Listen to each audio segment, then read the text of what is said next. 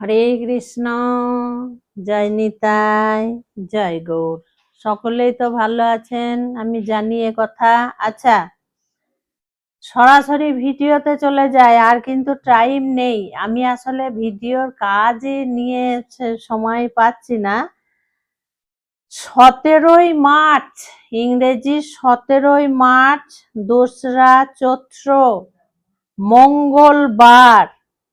মঙ্গলবার এই দিন একটা সুন্দর বিরাট যোগ রয়েছে। মধু কৃষ্ণা ত্রয়োদশী। আর এখানে কি বলেছে, 8টা থেকে 7 মিনিট হয়ে 58 সেকেন্ডের মধ্যে, মানে 8টা 9 মিনিট পর্যন্ত, 8টা থেকে 8টা 9 মিনিট পর্যন্ত এই সময়টা, 8টা বেজে 7 মিনিট হয়ে 58 সেকেন্ডের মধ্যে বারুণী গঙ্গা স্নান। খুব ভালো দিন, চৈত্র মাস, মধু কৃষ্ণা ত্রয়োদশী, এবং এই দিন বারুণী গঙ্গা স্নান বলা হয়েছে। চৈত্র মাসের কৃষ্ণপক্ষের ত্রয়োদশী তিথিতে যখন শতভিসা নক্ষত্র যোগ হয়, তখন তাকে বারুণী স্নান বলা হয়। আবার এই দিন থেকে, আমাদের এই দিন থেকে মানে 17ই মার্চ থেকে 15ই জুন পর্যন্ত, 17ই মার্চ থেকে 15ই জুন পর্যন্ত অধিক মাস, অতিরিক্ত মাস এবং পুরুষোত্তম মাস। হ্যাঁ, পুরুষোত্তম মাস, বোঝা গেল তো? এই যে পঞ্জিকা বই দেখে আমি বলে দিলাম, তাহলে 17ই মার্চ মঙ্গলবার বারুণী গঙ্গা স্নান। এই দিন মায়েরা কিন্তু এই সময়ের মধ্যে, এটা একটা বিরাট যোগ। আমি অনেক দিন আগে ভিডিওতে বলেছিলাম তোমাদেরকে, বছরে অনেকবার স্নানের যোগ থাকে। যাদের বাড়ির কাছে গঙ্গা দেবী আছে তাদের তো কোনো কথাই নেই। যাদের মা গঙ্গা দেবী বাড়ির কাছে নেই, তাদের যদি অন্য কোনো নদী সমুদ্র থাকে সেখানেও স্নান করা যাবে, এবং বাড়িতে স্নানের জলে মা গঙ্গা দেবীর জল একটু মিশিয়ে নিয়ে তোমরা স্নান করতে পারো গঙ্গা গঙ্গা গঙ্গা করে। এখন তো সকালে আর সেইভাবে খুব একটা গরম জল লাগছে না, কারণ আমি 2-4 মগ জল এমনি ঢেলে নিই গায়ে, অসুবিধা হয় না, কারণ গরমটা পড়েই গেছে ধরতে গেলে। কিন্তু এই সময় খুব সাবধানে থাকতে হবে, খুব সাবধান।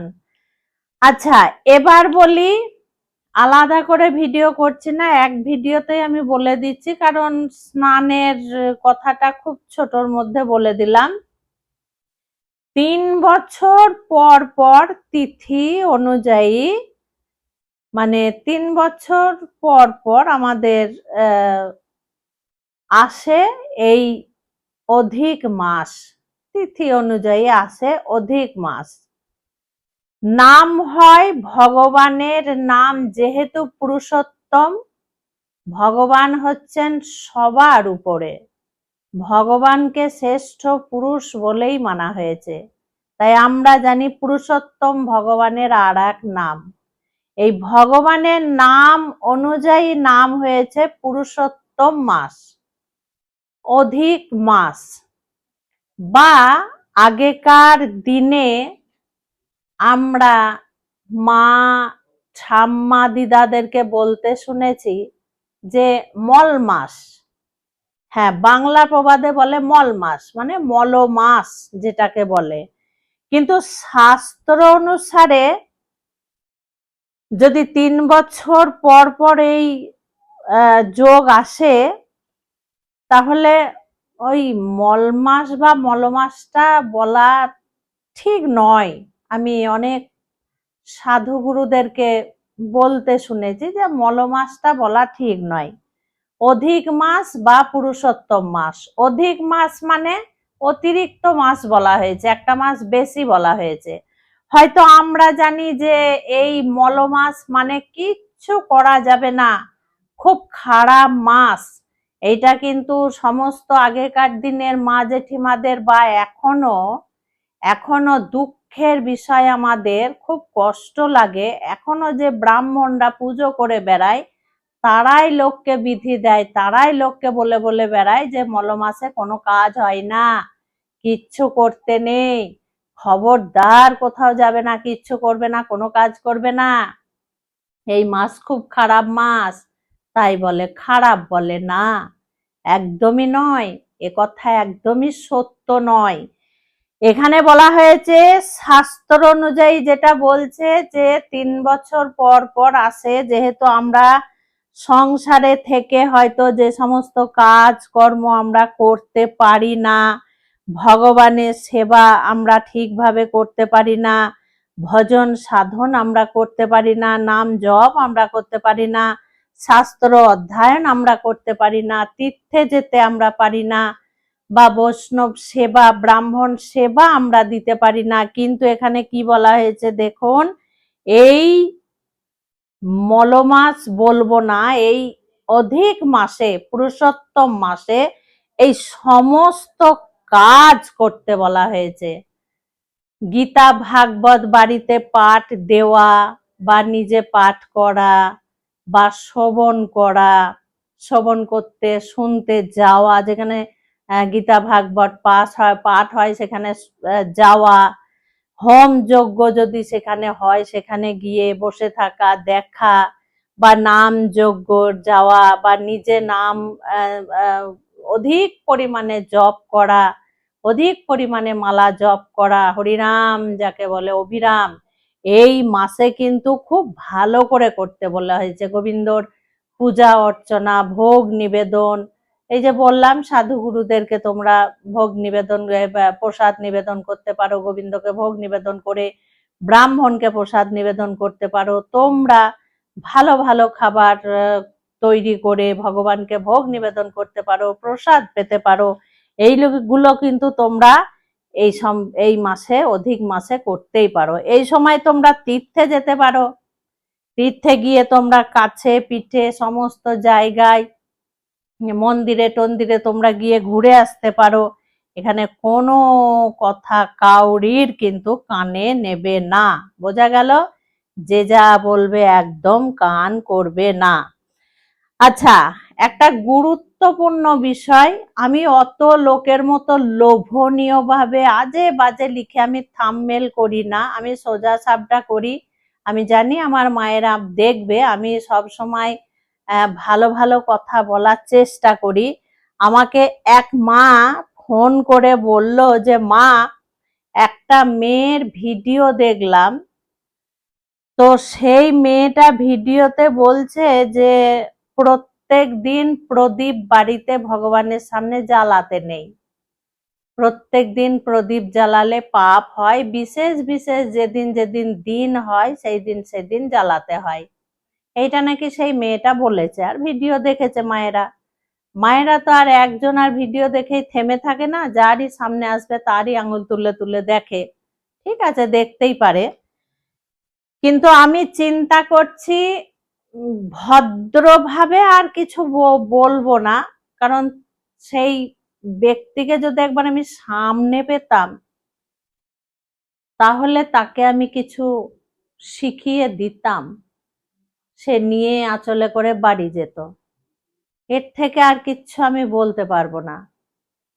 আমার মায়েদের উদ্দেশ্যে একটাই কথা, ভগবানের সামনে গৃহে 365 দিন প্রদীপ জ্বালবে, প্রদীপ জেলে আরতি করবে।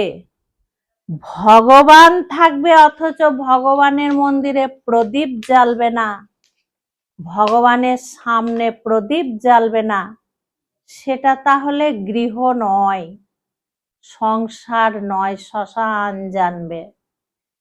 যে স্থানে প্রত্যেক দিন প্রদীপ জ্বালানো হয় সেটা শুধু বাড়ি নয়, গৃহ নয়, সেটা মন্দির হয়ে যায়, সেটা বৃন্দাবন ধাম হয়ে যায়। কাজে শঙ্খধ্বনি আর প্রদীপ প্রত্যেক দিন জ্বালাতে হবে। তুলসী মহারানীর কাছে প্রত্যেক দিন প্রদীপ জ্বালাতে হবে। এই ধরনের ব্যক্তিদের কথা শুনে মায়েদের রাগ হয়, মায়েরা তো আসলে তাকে কিছু বলতে পারে না, আমার মতো তো তার ফোন নাম্বার দেওয়া থাকে না, না, তখন আমাকে মায়েরা এই কথাগুলো বলে। ঠিক আছে, বোঝা গেল? কখনো খবরদার এই ধরনের কথায় কান দেবে না। প্রত্যেক দিন যেমন পারবে সর্ষের তেলে প্রদীপ জ্বালবে, আর বিশেষ বিশেষ দিনগুলোতে ঘিয়ের প্রদীপ, তিলের প্রদীপ, মানে তিল তেলের প্রদীপ জ্বালতে পারো, খুব মঙ্গল হবে। অধিক মাসে নিজেদের জন্য কিছু করবে না, খুব সাবধান। কি করবে না এবার বলছি, কি কি করতে হবে সেগুলো তো বলে দিলাম। নিজেদের স্বার্থে, যেমন বিবাহ এই অধিক মাসে, পুরুষোত্তম মাসে দেওয়া নিষেধ করা হয়েছে, গৃহ প্রবেশ নিষেধ করা হয়েছে, গাড়ি কেনা নিষেধ করা হয়েছে, বাড়ি কেনা নিষেধ করা হয়েছে, বাড়ি শুরু করা, মানে বাড়ি শুরু করা, এটা নিষেধ করা হয়েছে। যে বাড়িতে থাকবে সেই বাড়ি হয়তো অনেকদিন আগে হয়ে গেছে, সেই বাড়িতে এমনি মিস্ত্রি লাগিয়ে কাজকর্ম করাতে পারো, কিন্তু নতুন করে বাড়ি তৈরি বা ছাদ ঢালাই এইগুলো এই অধিক মাসে কিন্তু করা যায় না। খুব সাবধানে থাকবে, প্রত্যেকটা ভিডিও দেখতে থাকবে। যারা দীক্ষা নিতে ইচ্ছুক তারা সন্ধ্যে 6:30 থেকে রাত্রি 8:30 পর্যন্ত আমার ফোন খোলা, তারা অবশ্যই ফোনে আমার সঙ্গে কথা বলে নেবে। আজকে আসছি। হরে কৃষ্ণ, জয় নিতাই, জয় গৌর।